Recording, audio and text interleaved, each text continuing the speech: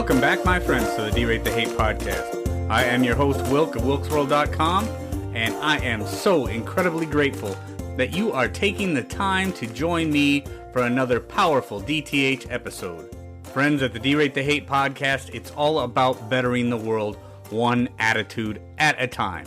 See, we did not create the hate, but with your help, we can derate the hate. That all starts with gratitude and personal accountability.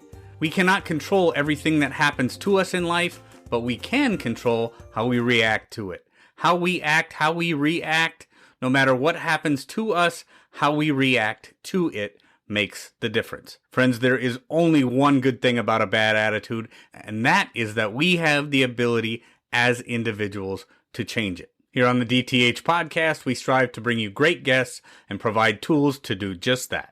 Please be sure to share it with your friends. Subscribe if you haven't done so. Ratings and feedback are always greatly appreciated. And with that, let's get to this week's episode. Friends, we've talked about it before. You know, you probably heard me talking about the reticular activating system, which I talk about quite often. But it really comes down to the law of attraction. Manifesting the things that we want by focusing on the things that we want. You see, folks, I've talked about it so many times. If we focus on the negative, we're going to bring upon ourselves more negative. It's one of the reasons I talk so often about civility. Friends, I don't know about you, but I would love to live in a world with a lot more civility than toxicity. So this week, I've brought in my friend Neo-Positivity to talk a little bit about the law of attraction and his way of spreading positivity around the world. For anybody that follows the D-Rate the Hate podcast close, you might remember when I was a guest on the LOA Today podcast back in early February. That's the first time I met Neo-Positivity, along with Walt and Debbie G. That was a great time, and if you get a chance, step back into the media and mentions page on the D-Rate the Hate podcast website to check out that conversation too. Now, my friend Neo was born in one of the poorest cities in the United States with one of the highest crime rates, one of the most dangerous places to be, and with a passion for helping people, Neo became a cop in that city. But he wasn't really accomplishing what he wanted to accomplish because he always knew there was something bigger. In 2008, his partner at the time introduced him to a book that would change his life forever. Neo had discovered the law of attraction. After that, Neo devoted himself to learning, studying, and practicing it daily. By the end of that year, he had retired from the police force, and now Neo has 14 years into researching and interviewing over 1,000 people and uses his expertise to offer a blueprint of the law of attraction and explain how to attain success in 4 pillars of life: health, wealth, love, and happiness. By sharing his personal, real-life experiences, Neo strives to inspire and change lives, helping others achieve success in business and in life. Friends, stay tuned for this incredible conversation to learn more about Neo-Positivity, the Thoughts Become Things movement, and how focusing your thoughts, your emotions, and your energy in the right direction, you can accomplish anything. And with that, here we go. Neo-Positivity, thank you for joining me on the D-Rate the Hate podcast, my friend. It's been too long, and I'm glad to talk to you again, brother. Thank you, Wilk, for inviting me. As soon as I heard your calls, I knew I had to be a part of it. So it's my pleasure to be here. Yeah, my friend. We became familiar with each other a while back. I was a guest on the LOA Today podcast with Walt and Debbie G and you, and we had a lot of fun that day, and kind of been following you online since then, Neo, and the just the stuff that you got out there is so incredibly inspirational, and I knew that the DTH listeners had to have some more. So grateful to have you on the show today, Neo. It's been a journey. I'd like to say I can't take credit for all the stuff because I've just been interviewing constant people and learning, but I did put a lot of effort into putting it together. So I'm going to take credit for that. Yeah, it obviously anybody who doesn't do this kind of stuff, the kind of the mentoring and the mindset stuff and even just like a simple podcast like mine, maybe don't realize how much goes into it, but the amount that we get back out of it makes it so worth it, man. So yeah, grateful the work that you're doing, and grateful to have you on the Dear Hate the Hate podcast today. So what I want to talk about today, Neil, is first of all, let's get started for the DTH listeners who may not be familiar with neopositivity yet. Let's go just a little bit of background about you. Well, first of all, how'd you get the name neopositivity, and talk about how this thoughts become thing got started for you, Neil. Well, I was a cop in Camden City, New Jersey. At the time, it was the most dangerous and the poorest city in America. I was born there. And I was a cop later on. And my partner, who was a retired CIA agent, told me about this movie that they make all the recruits watch in the academy. All of them. And I'm like, whoa, CIA. Yeah, I'm thinking SWAT team, shoot them up. I was on a SWAT team. And the movie was called The Secret. And, I know those of you who are familiar out there know it has nothing to do with police or SWAT or any of that. It just has to do with what's written on the shirt. Thoughts become things. That's where I got the phrase from. And it just clicked. All the puzzle pieces that were missing in my mind / in my life, they were kind of filled in, and everything just made sense for the first time. I was 28 years old when this happened. And so I was instantly hooked. I wanted to know who was using it, how they were using it. And much to my surprise, it was all rich and famous people. Right. None of the normal people know about this, but the rich and famous are learning it, studying it, teaching it to their kids.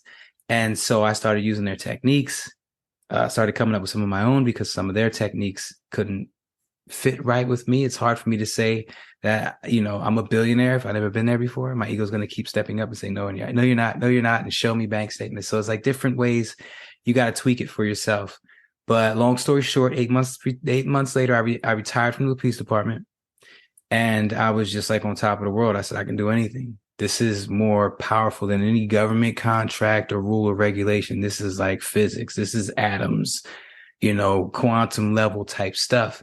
And so I knew I could do anything. Got custody of my kids, Super Bowl ring, lost a whole bunch of weight. I was 264. Now I'm like 190. I'm like 187, 186 now, but been able to keep it off. No diet. Just everything I point at, I use my specific techniques and I end up getting, pilot's license, crib in Florida, dream life, always traveling, always doing exactly what I want to do. So that's my whole point since then. That was 2008, was to share this message to everybody I could, because it works. When you learn how to do it and you do it right, it works. You can get whatever you want. There's enough to go around for everybody. And so that's been my goal. Share it with everybody I can on every stage that I can. So I travel and do that and relax and fly and stuff when I'm not doing that. Nice. But so, and that's amazing. I just want people to understand. I mean, we've had a number of different people on the podcast that talk about manifesting your own destiny and things that you can do with the right mindset and everything. Everything about that is it's fascinating. But so many people just don't understand. Sometimes they don't believe it. Sometimes they don't get it. Like I talk about so many times in so many different ways with so many guests, it really comes down to personal accountability, right? I mean, it's one of those things where, yes, I've got to try and manifest that in my mind. I've got to do those things for those thoughts to become things. It's not just a matter of thinking it. It's what do you got to do? Neil, how does that work? I mean, obviously, you can't explain the whole thing in one show. That's why there's so much to this. But give us an example of how thoughts become things. Well, when you attack things from the source, and I'll give you a quick, tiny little physics lesson. When you have a thought, it travels down your spine, that energy wave, and releases from your lower back, like an energy pulse. Now that then travels across the entire universe, not just Earth, and that is strengthened by an emotion. good or bad. Now, the third law of motion demands that every action has an opposite and equal reaction, which means the universe has to do whatever it has to do to you to make that thought travel back to you, opposite, and be thought again, which is the equal reaction. So if you take that with a grain of salt and then, think about majority rules, majority wins. If you can't think I'm rich once and then think I'm poor for the other set, 69,999 thoughts on average per day per person that we have. It's all about the over under. So majority wins. Where's your headspace at? And as far as thinking things into existence, I can say and think things all day, but there's inspired action that you have to take. You got to get out of your comfort zone. You have to, one of the biggest and most important actions is waking up from the day to day, stop and smelling the roses, wake up, and then maybe do some kind of affirmation. But all of that is to tweak that muscle memory that is our brain. Okay, like I said, 60 to 70,000 thoughts on average per day per person. Those are making up and creating your tomorrow. You can't wake up to each and every one. That's just too daunting. Right. But if you can change through muscle memory, heavy lifting with low reps versus lifting light weights with high reps. If you think of it like that, you change the way your mind thinks, you could change a nice bulk of that 60 to 70,000 thoughts. And then your body will start to produce other things. And the more you practice waking up, just waking up, not doing an affirmation after that. The more you practice just waking up, you'll find yourself waking up more often. That muscle memory thing. So that's why I like to get people, if anybody wants to really get started today, just practice waking up from the moment, from the grind, from the emails, and just be here just for a second. That's it. And then let life go. And then do that as often as you can today. Tomorrow, you'll do it even more. It'll get old. And that's when you punch through and keep doing it. But then you get to a point when you do it and now you're like, okay, I'm going to do an affirmation after this. If you want to create an affirmation, just simply, ask yourself, what is it I want out of this situation? Or how would I feel if this whatever went exactly the way I want it to? You want a car? How would it feel if I had a brand new car? You want a promotion, you want a job, you want a spouse. How would it feel if I had that spouse, that dream spouse? When you're right there, you feel that, feels good. Energy gets sent out, accompanied or strengthened, I should say, by emotion. Majority wins. Only question is, are you going to spend more time today thinking about what you have or what you want? That's amazing, man. Spend more time thinking about the things that you have or the things that you want. Yeah. No, this comes down to something that I've talked about several times, Neo, and it's that reticular activating system in our brain, right? Because like you said, we've got 50, 60,000 thoughts in a day. I mean, we've got things firing on all, from this way, that way, it's impossible for the person to really absorb, act on, really, it's just too many. There's just too many. There's just way too many things going on. I mean, the brain is such a fascinating thing. There's way too many things going on. So what happens is the average person's brain can only focus on a very, very small. I mean, but we can only focus at one given time. The human brain can only focus on at most 5 or 6 things at any given time. But for most people, it's 1 or 2, right? I would say this guy, I think it's 1. It may be in a group of 5 that you're bouncing back from, but it's really just 1. Well, and the thing about it is I've given that example of what car are you driving today, and since it's familiar to you, you're seeing that particular car. I drive a Silverado. As I'm driving down the highway, I see more Silverados because they're fresh in my mind. They stick out. That's that reticular activating system. We talk. I talk about being miserable.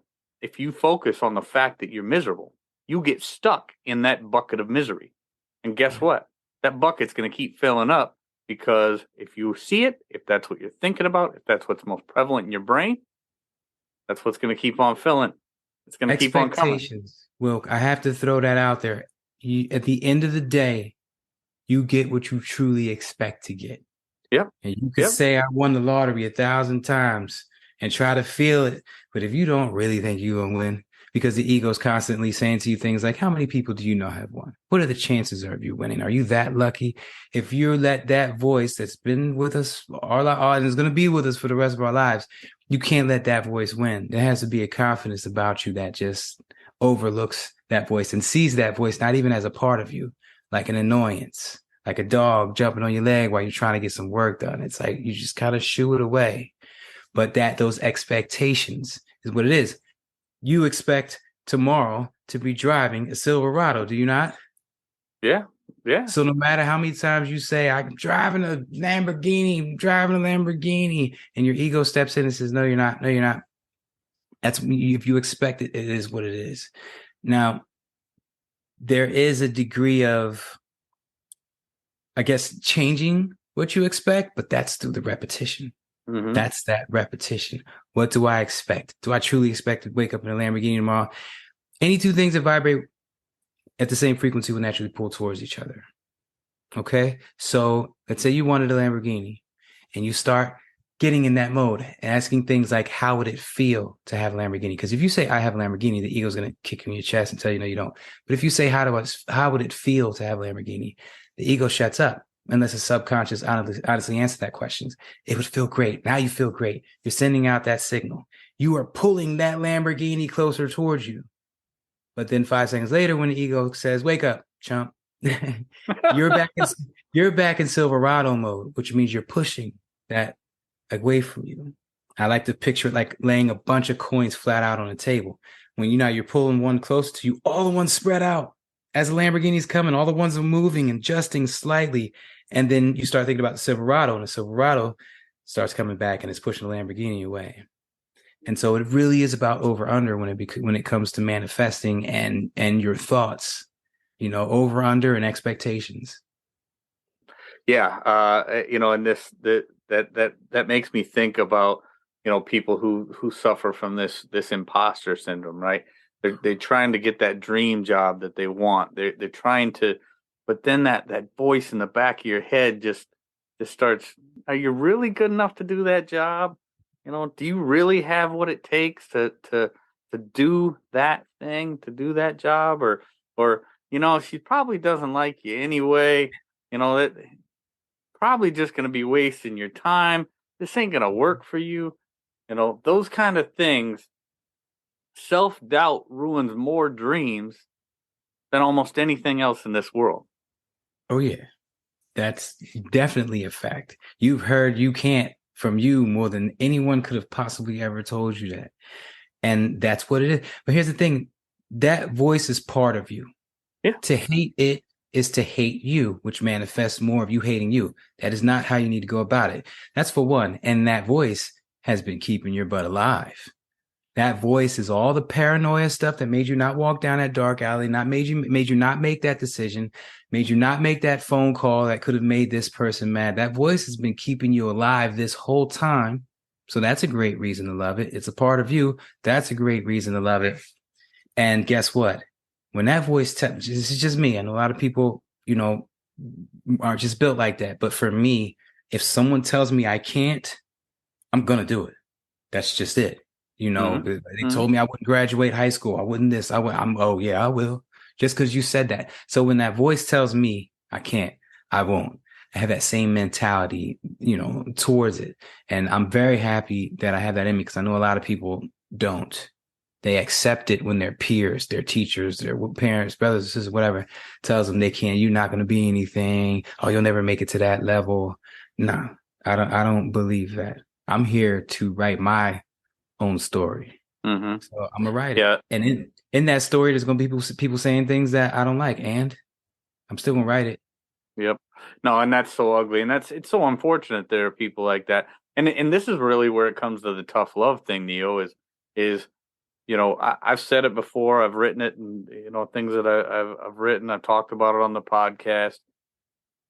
There comes a time when you have to buckle down and say, those people in your life that are bringing that negativity, those people, unfortunately, there's a lot of people out there, and I call it child abuse, but there's a lot of people out there that raise their kids as victims, right? They raise their kids as victims, and they say, I was gonna say parents are usually the worst at this. Yeah, no. But They it's love like, you. They just don't know any better. right, right. No, and that it really comes down to the ignorance factor, right? They have been taught that they are a victim, so they in turn teach their kid that they're a victim, or they've been conditioned to have this piss poor attitude their whole life, and they pass that on to their kids, and their kids now have that piss poor attitude, or they can't do attitude, or I'm a victim now, I'm always going to be a victim, and that manifests itself. But there comes a Mhm. time, if you want to change your life, where you've got to just stand up and say, no, I'm not going to continue to put up with this kind of thing. And you really have to, put your foot down and say, hey, I don't need that negativity in my life anymore. I don't need that person telling me I can't do this.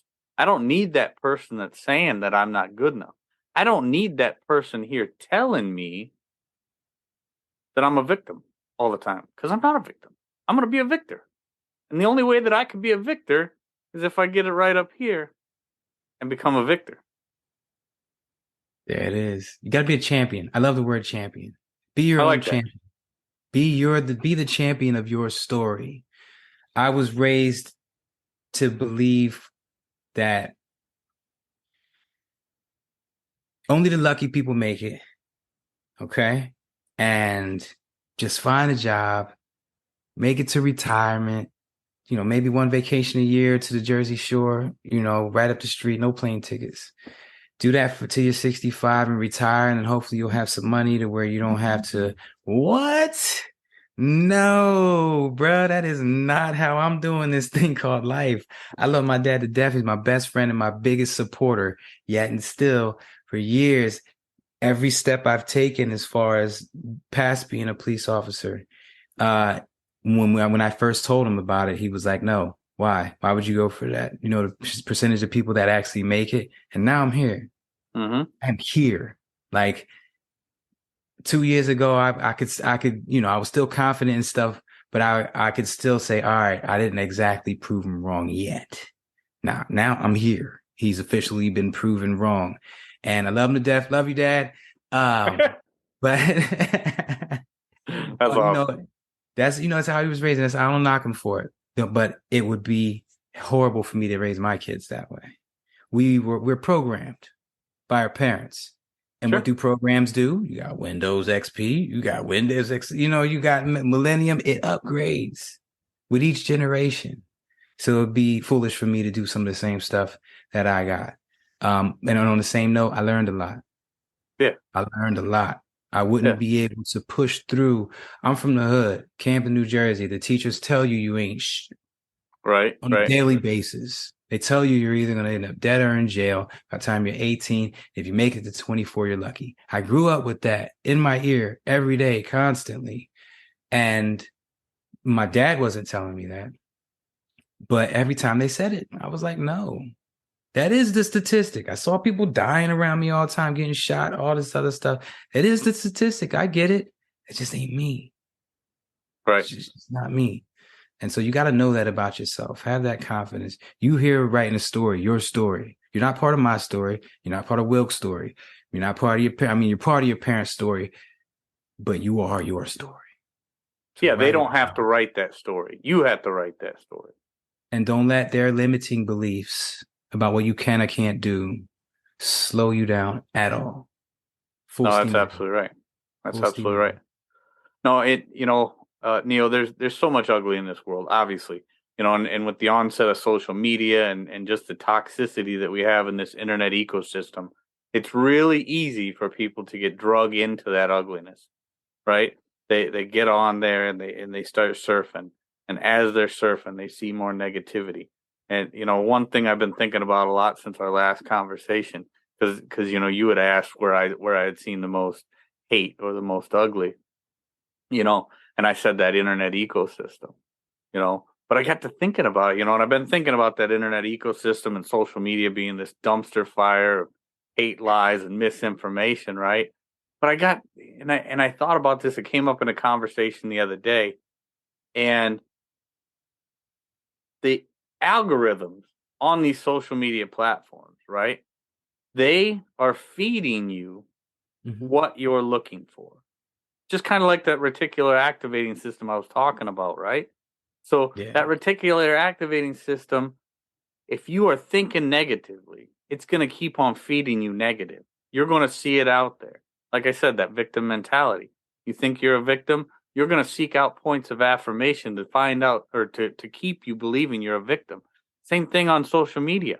If you're looking for the negative, if you're looking for the toxic, if you're looking for that incivility that keeps people pissed off all the time, it's going to keep feeding you that same stuff. It's the algorithms. It's the way that it works. But it's all that way because it's human nature. We see it in there. They've just perfected the way to keep on feeding it to you. Yes. Drama. God did the same thing with our brains. He keeps on feeding it to you because you can only focus on so many things at any given time. Why not stand up, be the master of your own destiny, write your own story, and just keep on absorbing, keep on filling that bucket with positive, right? I actually, when I go on Facebook, I don't scroll down. I post and I get out because I know if I scroll down, it's going to be a bunch of negativity. And so what I did was I wanted to create a safe place for people to go and get their daily dose of negativity without even running into a foul post. And I combine that with something else. I'm big on accountability partners. Like me and you were accountability partners. Once a day, either I would text you first or you would text me first. Just say, hey, what mental exercise are you doing today? Or did you meditate today? Or well, I hope you're in a good headspace. And the other one replies, and that's it. So it's not like, a whole new friendship where you're texting somebody 12 times a day, but that's it. You keep each other accountable. And I like to be held accountable multiple times throughout the day. So I had multiple accountability partners. So now I have a forum on my website called Accountability Partners, where that's what it is. You got because some days you'll miss. Some days you might not text your person, and then they're texting you and you're not texting them. And now they feel like they don't got an accountability partner more because you were busy for a week. And so, yeah, I created this little community to where at least once a day, someone's jumping in, reminding everyone else, do something. Say thank you 10 times. When you first wake up in the morning, smile in the mirror for 60 seconds or laugh for 60 seconds. Laughter yoga is an amazing thing to do. But yes, accountability partners. If you have a spouse that's into law of attraction or positivity, you are the luckiest person. You can get so much done. So yeah, get on top of that. Find you somebody who's going to remind you, because with the rat race of life going on, email, phone call, kids, work, with all that stuff going on, you can go 2-3 days without watering the right seed, as I like to call it. And you don't want to go 2-3 days without watering the right seeds. That's a lot of thoughts. Remember, 60 to 70,000 a day times 3. That's too many for you to just let go willy nilly. Get them in check. Get a partner to help you. 2 heads are better than 1. Very cool, man. No, that's right. That's right. So, one thing that came up for me the other day, it came up in a conversation earlier too, Neil, is I had seen that you were at a dental conference, and I didn't understand it at first, and until you kind of clarified it for me, and I thought that was really neat. It wasn't necessarily the direction that I thought about going, but thinking about accountability partners and having the right people in your life and talking to the right people and focusing on the right things, it really makes me want to talk a little bit about that. So talk to me about, why do you, Neo Positivity, go to these dental conferences? Because I think most people are going to find this fascinating. It was something I hadn't even thought of, but this is fascinating. All right, I'm going to switch it up and go kind of backwards with it. How many people like going to the dentist? Nobody. Uh-huh. It's one of the most horrible. Your blood pressure's up. You leave and you're sweating. There's drills. There's pain, and you're paying them to do all that to you. And I say that to say this. I didn't know this before, but dentistry has the highest suicide and depression rate of any profession. I actually think they just got, they're in second place now. Psychiatrists, I think, are in number 1. But even still, when I heard this, I was dumbfounded. Dentist? Why? What? And then I thought about everything I just said about your office, the atmosphere, the negativity. Most dentists don't know how to run a practice. They didn't go to business school. They don't know what to pay themselves. They end up underpaying themselves. Everything's failing, suffering, and you end up with the highest suicide and depression rate of any profession. And once I was speaking at a podcast convention, and a guy I know named Elijah Desmond, shout out to Elijah. He throws dental conferences, and he said, dude, I think you can change the face of dentistry forever. Change the suicide and depression rate. And so, you know what? Now I think about it, I must be doing my thing because they had number 2 now. Hey, that's they all went right. from number 1 to number Good. 2. I'm going to celebrate. Going in the right direction. I'm going to celebrate that tonight. So yeah, and then, he brought me into dentistry. And so now I go to these dental conferences to meet business owners, and I go into their morning huddles. I go into their monthly meetings, their retreats. I speak at the major conferences. I'm speaking at Greater New York. It's going to be 50,000 people there. It's going to be insane. November 29th. So I go in there and I give them some law of attraction, some positivity, some mindset shifting techniques. And then I scare them into using them. No, I like to say that I like to make people fear their negative thoughts, because I know I could try to get you to change your ways, but people are pretty stuck in their ways. But if you fear that dark alleyway because of what's been happening, you stop walking down it. Fear will make someone change. And if I can get you to fear your negative thoughts to where you wake yourself up from them and say, I don't want to spend time there because I know what it's doing to my future. If I can get you to do that, I won. Because later on tonight, you're going to be walking down the hallway and you're going to run a BS scenario in your mind. And you're going to say, oh, I can't do that. That's what we need. That's what we need. So that's how I ended up in dentistry. That's why I go to the conferences. It's a cool story, man. And it's, a cooler result out of a cool story. I mean, the fact that, obviously the D-Rate the Hate podcast, all about bettering the world one attitude at a time, right? Keeping people or connecting with people, rather, having conversations with people that are all about bettering the world in which we live. There's so many different ways that we can better the world, but to find that niche, to find some place where you see a genuine need, and to have found Elijah and connected that way, and that connecting you to that industry that was in such a need of somebody with the positivity, somebody with the tools to do that. It's law of attraction, right? That's the way that it works. The universe brought that all together because the universe knew it needed it. When I had a moment in my cop car, I consider it the first time I ever talked to God, because I wasn't just talking to the walls. Bless Aunt Joan and Uncle Timmy. It wasn't that. It was one-on-one conversation like me and you were having. Someone walked by the background, they would just be background. This was my first real conversation, and I said, "Let me sit at home. I've always been fascinated with the brain. Let me study the brain and help people on a larger scale, more than just the city of Camden." And that voice, like that intuitive voice that says duck or turn left, it said, okay, but whatever I give you, no matter how silly it makes you sound, you have to share it with the world. And, I was going to do that anyway. Anytime you get good news, you want to scream it from the mountaintops. And, shortly after I was retired and I had to fulfill my end of the bargain. And ever since that day, I've been on tour, speaking, spreading this message to everybody I can. Every time you see me, I have this shirt on. Everyone in public, oh my God, I love your shirt. My parents taught me that. I haven't thought about it in years. Get back into it. Like just everywhere I go, I got these poker chips. I've got wristbands, everything just to keep people focused and just to remember this. So that's me holding up on my end of the bargain. I get to sit at home and, I retired at the age of 28. That's insane. I'm a pilot. I fly every day that the weather permits. For me to live this amazing life, my end of the deal was to give. And I was going to do that anyway. So that's what I continue to do. So cool, brother. That's such a great story. Such an important thing that you're doing for the world in which we live, man. I mean, there's so many people out there that are in need of help, and they don't realize that they've got the tools, the main tool right up here, to do it. They just need the right coach. They need the right person guiding them. They need that accountability partner to make sure that those right mental exercises are being done, so that bucket's being filled up with positivity and not negativity. You know what? I want to throw some spice on top of that, because I don't want anyone to think that what I'm talking about or what I'm getting at is a fix-all. I still suffer from imposter syndrome.